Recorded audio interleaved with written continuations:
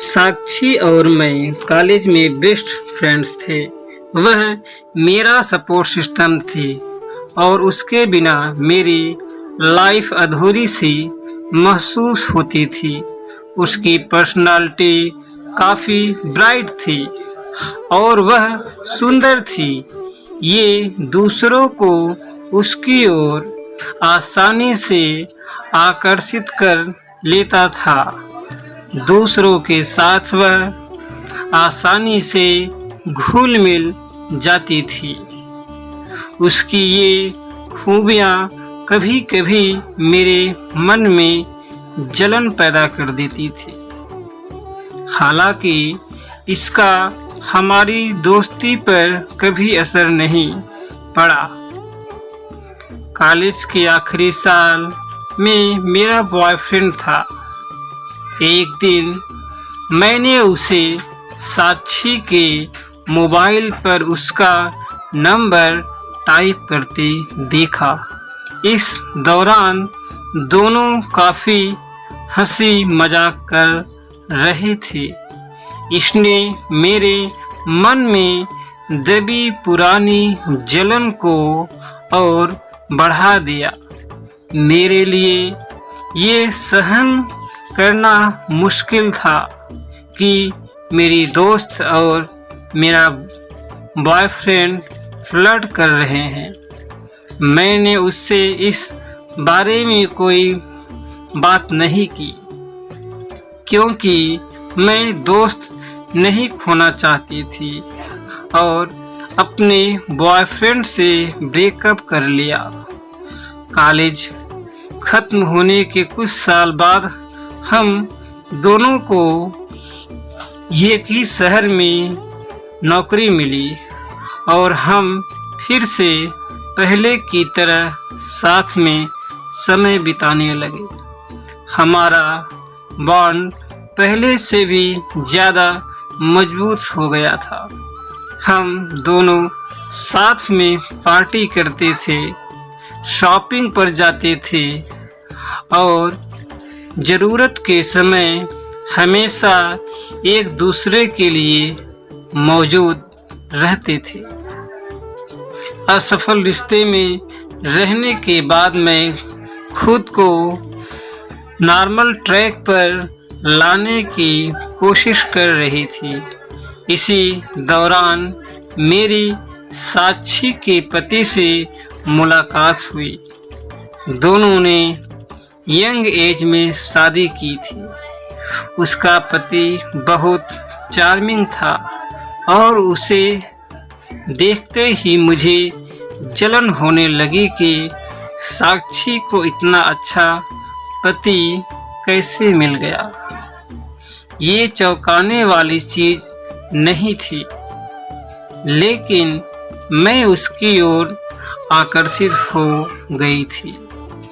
वह बहुत ही क्यूट था और मैं बार बार यही सोचती रहती थी कि मुझे इतना अच्छा साथी क्यों नहीं मिल सकता। दोनों प्यार में डूबे हुए थे और ये चीज़ भी मुझे परेशान करती थी। और एक दिन वो हुआ जिसने सब कुछ गलत होने की शुरुआत कर दी। साक्षी गेट पर टेक अवे फूड लेने गई थी और मैं व उसका पति अकेली थी। हमारे बीच अजीब सा टेंशन महसूस हुआ और अचानक हम दोनों ने किस किया। हमारा दिल तेजी से धड़कने लगा।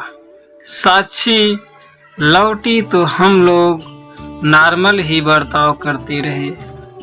हालांकि उस दिन के बाद मेरे और उसके पति के बीच कॉल और मैसेज एक्सचेंज होने लगे।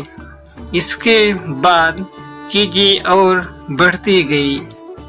एक दिन जब हम दोनों घर पर थे और किस कर रहे थे तब अचानक साक्षी आ गई। हमें देख उसका चेहरा सफेद पड़ गया और आंखें आंसुओं से भर गई।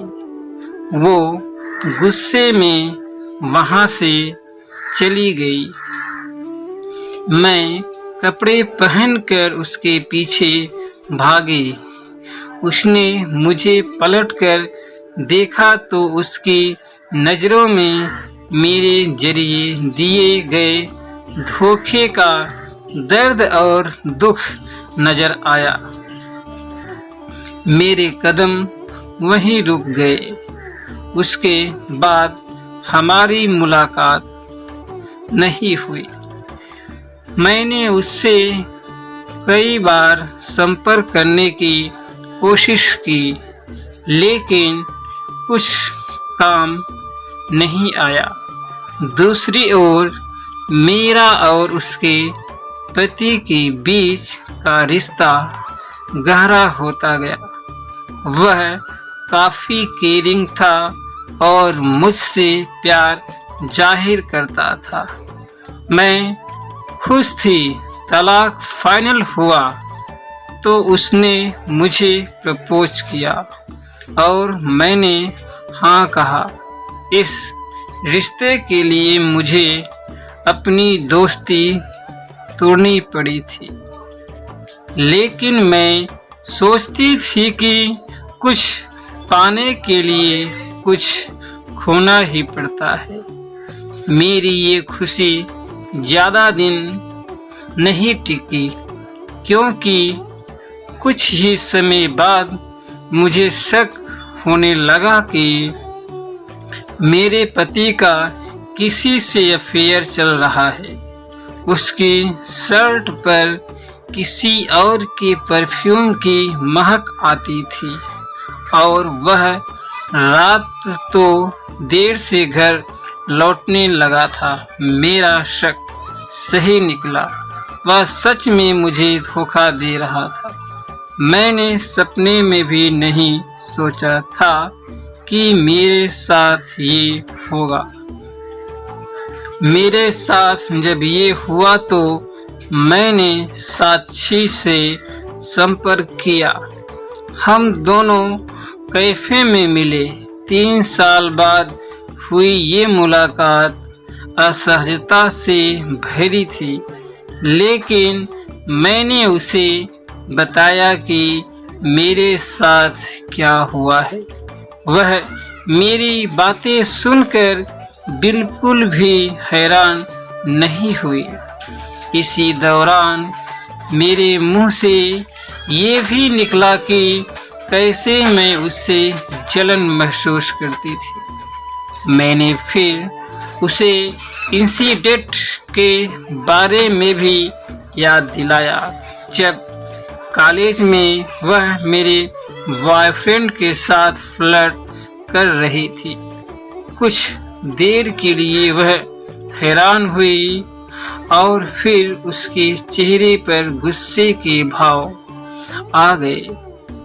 उसने बताया कि वह मेरे उस दौरान के बॉयफ्रेंड से नहीं बल्कि उसके दोस्त की ओर आकर्षित थी और उसे इम्प्रेस करने के लिए ही वह उससे मदद मांग रही थी।